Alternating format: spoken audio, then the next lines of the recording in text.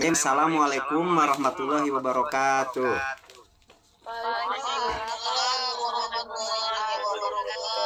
Alhamdulillahirrahmanirrahim. Anak-anak, alhamdulillah kali ini kita bisa berjumpa kembali. Insya Allah kita akan melanjutkan materi pembelajaran pendidikan agama Islam ini dengan tema menebarkan Islam dengan santun dan damai melalui dakwah, khutbah, dan tabligh. Baik, sebelum dimulai silahkan KM-nya Nadedi supaya berdoa dulu terlebih dahulu. Baik Pak. Ayo teman-teman, sebelum kita memulai pembelajaran hari ini, kita berdoa terlebih dahulu. Berdoa mulai. A'udzu billahi minasy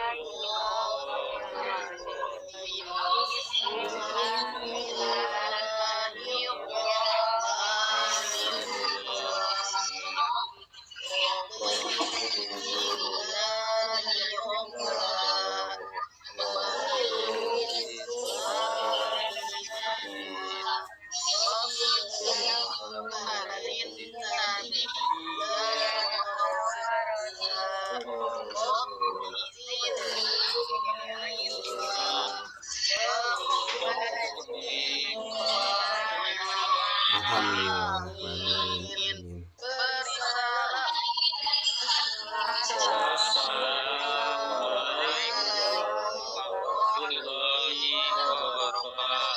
Waalaikumsalam warahmatullahi wabarakatuh. Baik anak-anak, Bapak mau tanya dulu bagaimana hari ini keadaannya, sehat semua? Alhamdulillah. Allahu Akbar. Baik, apakah ada yang tidak hadir hari ini? Nah, Dedi, KM gimana? Hadir semua atau ada yang tidak hadir? Alhamdulillah. Baik, sebelum kita memulai pembelajaran kali ini, Bapak akan menyampaikan terlebih dahulu tentang menebarkan Islam dengan santun dan damai melalui dakwah, khutbah, dan tabligh, ya. Adapun materi kali ini kita akan membahas tentang dakwah, ya.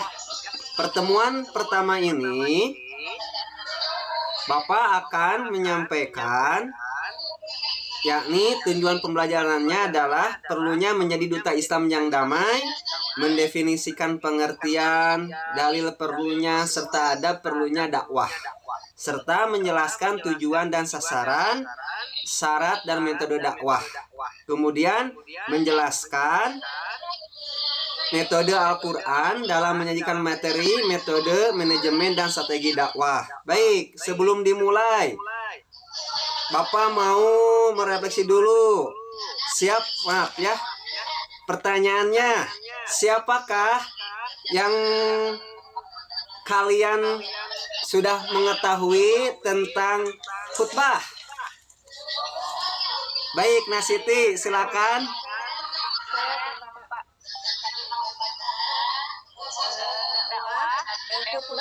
Ya, khutbah dulu. Apa khutbah? Bahwa khutbah itu adalah kegiatan nasihat yang disampaikan kepada kaum muslim dengan syarat dan rukun tertentu. Masya Allah. Ya. Atau sunahnya ibadah. Ya, alhamdulillah. Yang melakukan itu disebut dengan khotib. Ya, khotib. Masya Allah. Terima kasih. Selanjutnya, siapa yang mengetahui tentang tabligh? Baik, Nah Dedi, silahkan. Baik, tabligh menurut tinjauan bahasa ya, kata tabligh berasal dari kata balago yang artinya menyampaikan atau memberitakan pesan atau ceramah secara lisan atau perkataan. Makna lainnya adalah ceramah yang tidak disertai dengan pun seperti khutbah.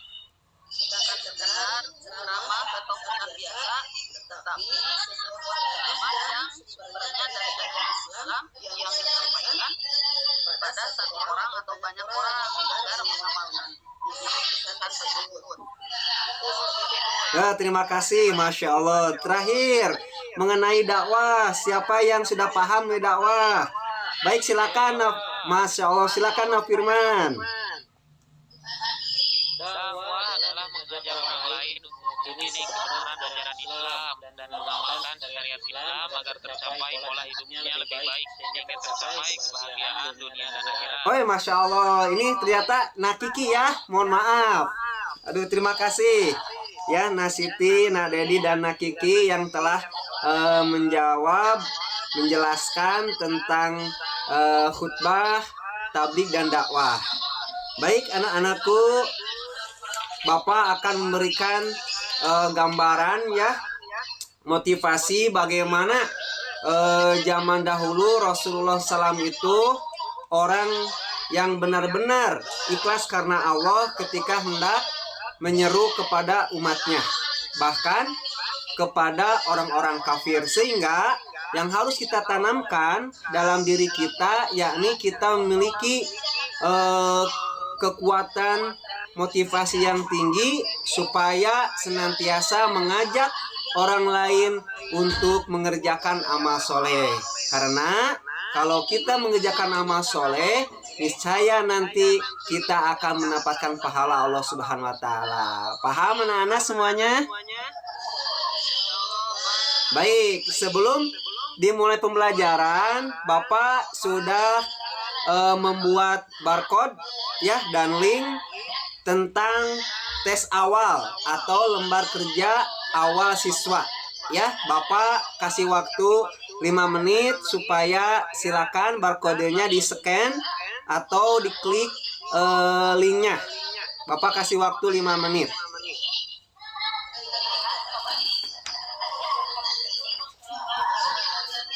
Baik anak-anak, nanti kita bahas ya tes awalnya. Sekarang perhatikan materi yang akan Bapak sampaikan perihal menebarkan Islam secara santun dan damai melalui dakwah ya. Di pertemuan kali ini kita akan membahas pengertian, dalil nakli, adab dakwah, sasaran dan tujuan dakwah, metode dakwah, serta media dan manajemen dakwah.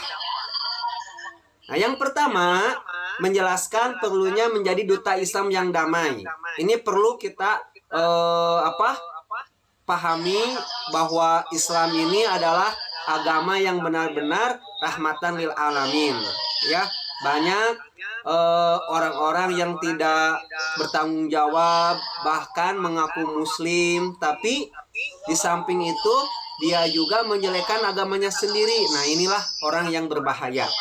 Ya, kita dituntut oleh agama itu supaya menyampaikan kebaikan-kebaikan, menyeru orang lain supaya senantiasa kembali ke jalan Allah. Tugasnya hanya mengajak ya, seperti itu. Nah, di sini tugas menjadi duta Islam yang damai itu kita ketahui ya, bagaimana Rasulullah Shallallahu Alaihi Wasallam ini senantiasa mengajak umatnya untuk dekat kepada Allah Subhanahu Wa Taala. Ya, di sini kita ketahui ada kisah bahwa orang yang tadinya antipati terhadap Islam berubah menjadi pemeluk dan pembela Islam yang sejati. Rasulullah SAW bersabda, Innallaha rafiqun yuhibbur rifqa fil amri kullih. Sesungguhnya Allah adalah zat yang maha lembut dan mencintai kelembutan dalam segala hal. Nah, ini perlunya kita menjadi duta Islam yang damai. Kenapa? Karena Islam itu mengajak kepada kelembutan, ya, kedamaian, seperti itu. Nah, di sini dakwah itu ya tadi dalam arti bahasa itu dakwah itu merupakan masdar atau kata dasar dari kata da'a ya, yad'u, yang mempunyai arti mengajak, memanggil, dan menyuruh untuk hal tertentu. Jadi ada dai itu bagi laki-laki yang mengajak kepada Allah, sedangkan perempuan daiyah, seperti itu.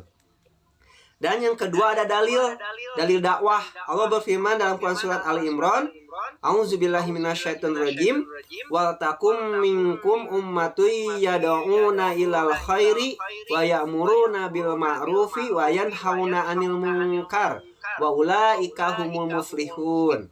Dan hendaklah di antara kamu ada segolongan orang yang menyuruh kepada kebajikan, menyuruh berbuat yang ma'ruf dan mencegah dari yang mungkar.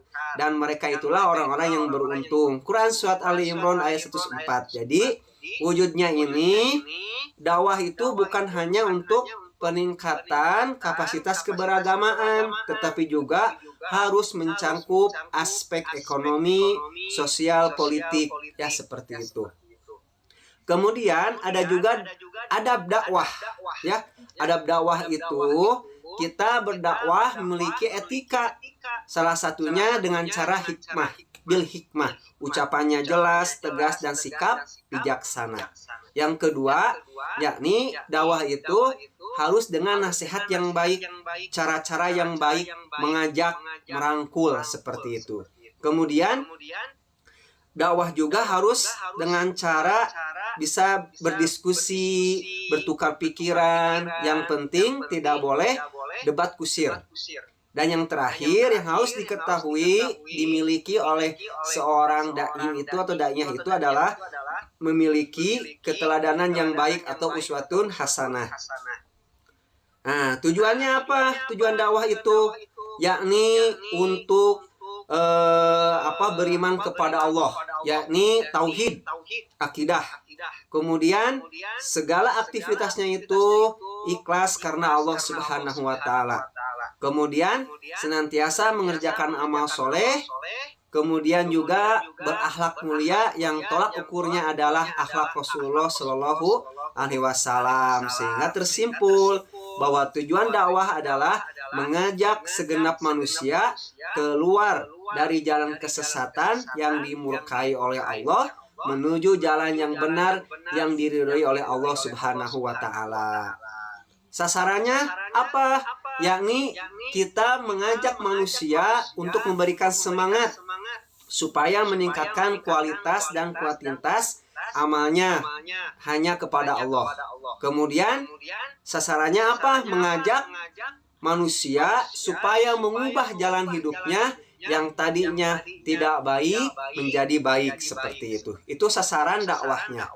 Kemudian ada syarat dan metode dakwah. Syaratnya apa?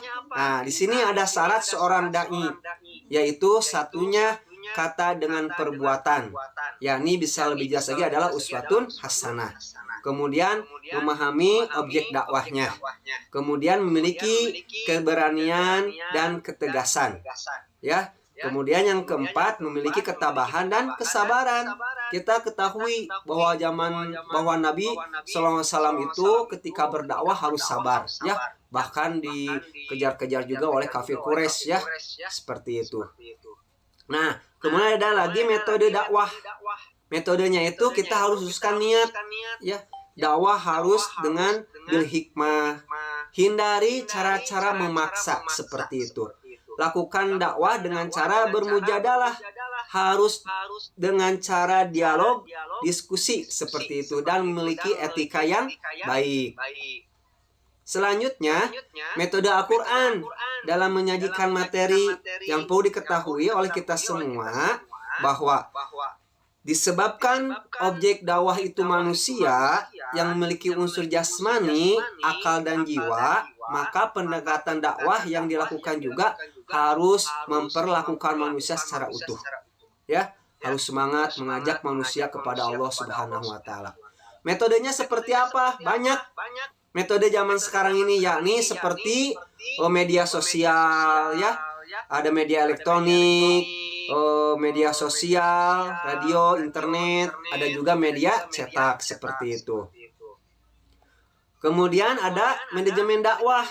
Nah, ini manajemennya harus diketahui oleh kita semua, ya. Contohnya yang dicontohkan oleh Rasulullah SAW itu harus lemah lembut, kemudian bermusyawarah, kemudian menyampaikan dakwah sesuai dengan objek dakwah, lapang dada dan sabar, kebulatan tekad dan bertawakal kepada Allah Subhanahu wa taala. Kemudian ada strategi dakwah. Nih, strategi dakwah ini harus kita ketahui. Ada pembukaan ya. Di sini mulai mengucapkan salam yang dibarengi dengan membaca hamdalah, membaca sholawat atas Nabi Muhammad SAW. Isinya pun juga harus kita ketahui. Maksud dan tujuan dakwah, sasaran dakwah, materi dakwahnya pun juga harus kita ketahui seperti itu. Ya, harus ada 4 materinya itu mencakup 4 hal: keimanan, akidah, syariah, hukum, akhlak, perilaku, serta muamalah. Dan yang terakhir adalah penutup. Nah, dari strategi dakwah ini harus sesuai dengan Quran dan hadis.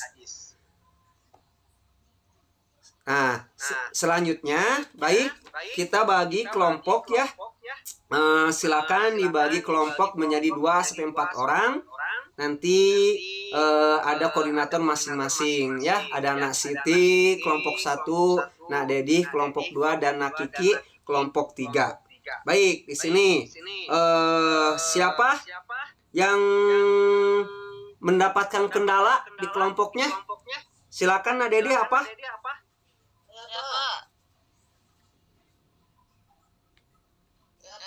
Apa kendalanya?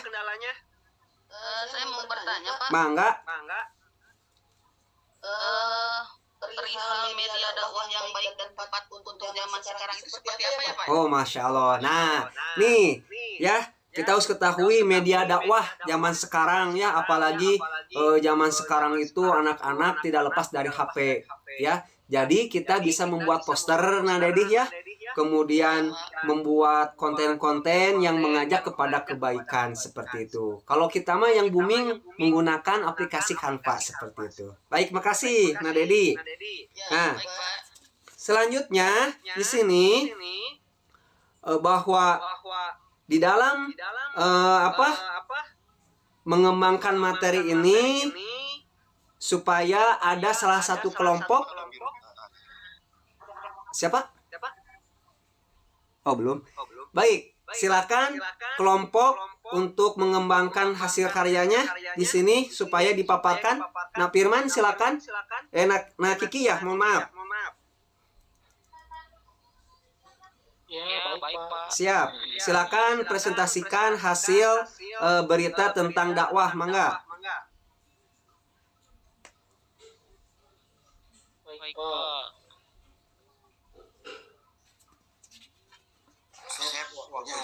Oh, baik, terima kasih. Baik, Nak Kiki, terima kasih ya. Kita simpulkan ya bahwa dibanding khutbah dan tabligh, cakupan itu lebih luas ya, cakupan dakwah itu lebih luas, seluas segala aspek kehidupan setiap muslim. Dakwah tidak mesti berbicara dan berceramah, tetapi melakukan perbuatan sehari-hari yang mencerminkan tata nilai Islam. Bahkan diam pun demi menegakkan kebenaran dapat juga bagian dari dakwah seperti itu. Demikian anak-anak, pertemuan pertama ini semoga apa yang kita bahas Allah ridhoi dan ditambahkan ilmunya kepada kita semua. Kita tutup dengan majelis. Subhanaka Allahumma hamdika asyhadu an la ilaha illa anta astaghfiruka wa atubu ilaik. Baik, untuk minggu depan kita akan membahas tentang ketentuan tabligh. Terima kasih. Billahi taufiq wal hidayah. Assalamualaikum warahmatullahi wabarakatuh. Waalaikumsalam.